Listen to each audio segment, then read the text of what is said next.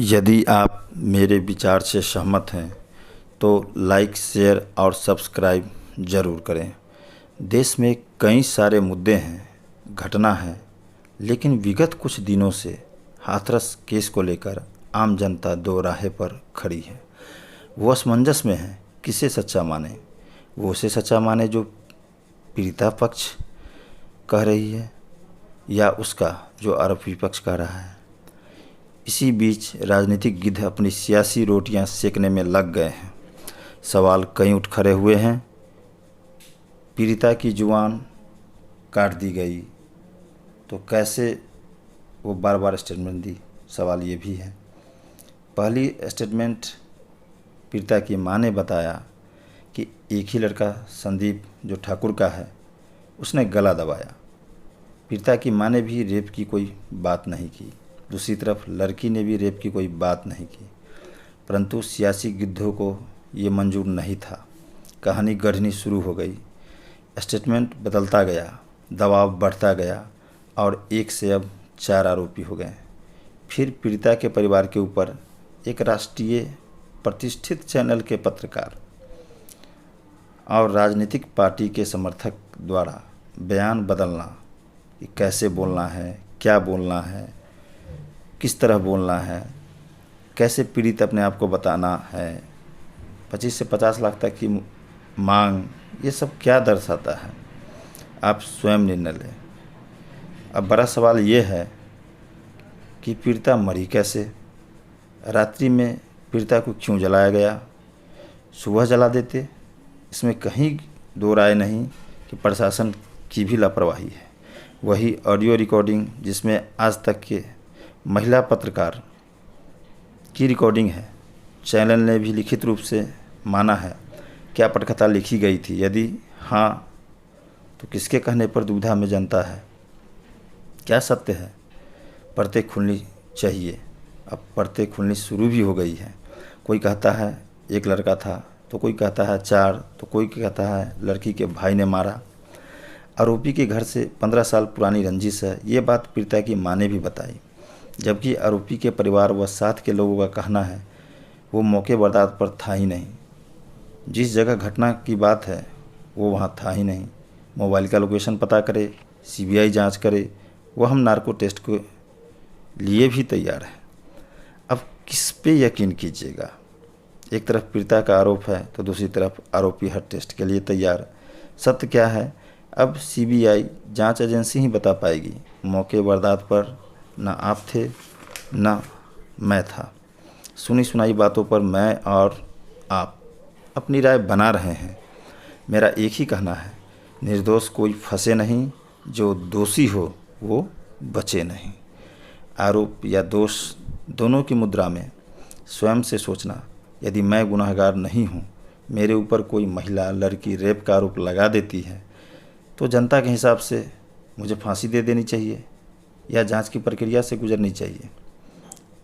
अक्सर आम झगड़ों में भी चोरी करने, जाति सूचक शब्द, रेप ना सही तो रेप करने की कोशिश, जान से मारने की कोशिश की बात अक्सर एक पक्ष दूसरे पक्ष पर लगाते हैं।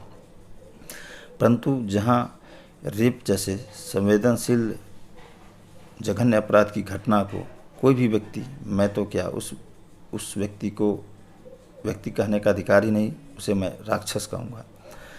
वो किसी भी धर्म, मजहब, संप्रदाय, जाति से हो, उसका समर्थन ना करें, क्योंकि वो समाज के लिए ही नहीं स्वयं आपके लिए भी खतरा है। ऐसे लोगों के लिए कड़ी से कड़ी कानूनी सज़ा की मांग सभी को मिलकर एक साथ रखनी चाहिए और करनी भी चाहिए। अब आप कुछ राजनीतिक गिद्ध व सभी जातिवादी नेताओं से पूछिएगा, यदि वास्तविक में इन घटनाओं में पीड़ित व उनके परिवार से सहानुभूति होती तो जो लोग अभी छुट्टियां मनाकर आए हैं, लोग कैसे जानेंगे उन्हें कि देश में सिर्फ मोदी है, बीजेपी है। वो अपनी पहचान बता रहे हैं कि मैं भी हूँ। अगर वो सिर्फ न्याय के लिए जाते, न्याय में देरी होती, सरकार पर दबाव बनाते, ना कि लाव लश्कर के साथ सियासी ड्रामा। फिर कल पंजाब की तैयारी है और शासन प्रशासन जनता के कौतूहल कर फिर छुट्टियां मनाने वो निकल जाएंगे। इसके बीच हम आप उलझे रहेंगे। अब लोग मंथन करते रहें कि क्या करना है नहीं करना है। ये वही लोग हैं जिन्हें जाति धर्म मजहब के नाम पर बांटना है, दंगे कराने हैं, हिंसा फैलाना है। आप भूल गए हैं कैसे JNU AMU से उठी आवाज़ CAA पर पूर्वाग्रह से ग्रसित होकर शाहीन बाग ही नहीं कई शाहीन बाग बना दिए गए, जनता को गुमराह किया गया, रैलियां की और फिर परिणाम दिल्ली हिंसा, दंगा जो महीनों पहले की तैयारी थी। ये सब क्या था? ये सारी पटकथा पहले ही लिखी जा चुकी थी। मरा और जला कौन? सिर्फ आपका और मेरा परिवार, आम आदमी, नेता सुरक्षित। सभी जाति वर्ग के लोग तब कहाँ मर गए थे? जब बेंगलुरु में क्या हुआ सबको पता है, दिल्ली में क्या हुआ, सभी जाति वर्ग के लोग मरे।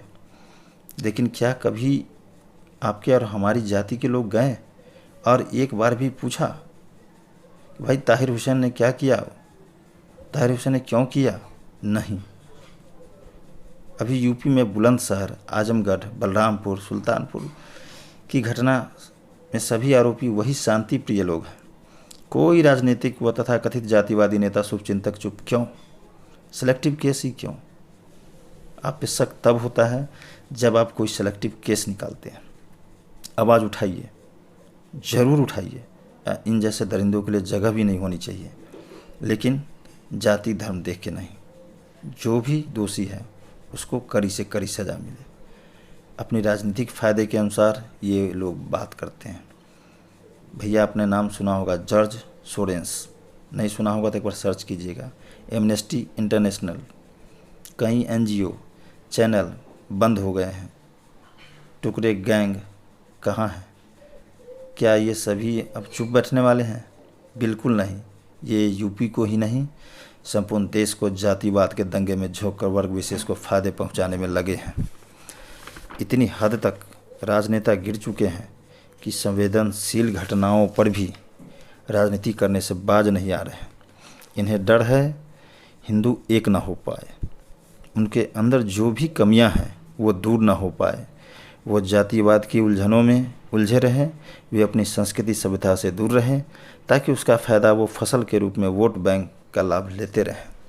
अगर वे अब आपके होते तो बताना, कोई भी ऐसी पार्टी नहीं जिसका अध्यक्ष या तो वो स्वयं है या फिर रिश्तेदार, सपुत्र सपुत्री जो भी हैं उन्हीं के लोग हैं। बाकी लोग कहाँ गए? सिर्फ झंडा ढोने के लिए? आप इस भ्रम से दूर निकलिए।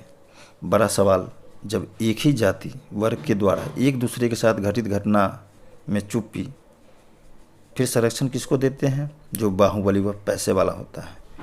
उसी समाज के उस पीड़ित व्यक्ति के साथ अन्याय हो जाता है तब ये कुछ नहीं बोलते। फिर भी वही जब दूसरी जाति से हो तब पहले अपना सियासी राजनीतिक लाभ हानि देखकर सेलेक्टिव होना, पूरी पटकथा तैयार करना, कब कहाँ कैसे बोलेगा, क्या बोलेगा, कितना बोलना, ये सब बता दिया जाता है। वही आज जो राजनीतिक पार्टियां की ज़मीर जागी है, ईश्वर करे यह हमेशा बना रहे। परंतु अफसोस, हाथरस घटना के आसपास के दिनों में मुस्लिम समुदाय के द्वारा वर्ग विशेष के साथ जो उस वर्ग जाति के नेता की चुप्पी क्यों? किसी मुस्लिम द्वारा किया गया अपराध क्या अपराध नहीं होता? क्या वह अपराध क्षमा योग्य है? कभी इन लोगों ने जबरन धर्म परिवर्तन, लव जिहाद, मिशनरियों द्वारा प्रलोभन देकर धर्म परिवर्तन के विरोध में बोला? कभी नहीं। उन्हें पता है किस जाति वर्ग मजहब के लोग क्या क्या कर रहे हैं, किस जाति के लोग के साथ मिशनरी धर्म परिवर्तन करवा रही है, लेकिन ये कुछ नहीं बोलेंगे। क्यों नहीं बोलते? अपने आप से पूछना और अपने जाति के नेता से भी पूछना और राजनीतिक नेताओं से भी पूछना। आपके लिए उनके दिलों में ना सहानुभूति है ना कोई जगह, ये सिर्फ अपने फ़ायदे देखते हैं। अतः इनका मुख्य मकसद देश को खोखले करने वालों पर कोई कार्रवाई न हो, सरकार इन्हीं मुद्दों में उलझा रहे, जनता का ध्यान भटका रहे, दूसरी तरफ लुटेरे लूटते रहें। वास्तविकता ये है, ये नहीं चाहते कि देश में सामंजस्य हो, सौहार्दपूर्ण वातावरण बना रहे। लाखों एकड़ ज़मीन पर आज वक्फ बोर्ड का कब्जा है, आपको पता है? नहीं, वो चाहते भी नहीं कि आपको पता हो। सवाल ये है, क्या जनता अब जाग रही है? इनकी घटिया सियासत का मोहरा अब भी आम जनता बनेगी? क्या अब सत्य और तथ्य पर हम सजग रहेंगे? एक बार सोचिएगा ज़रूर।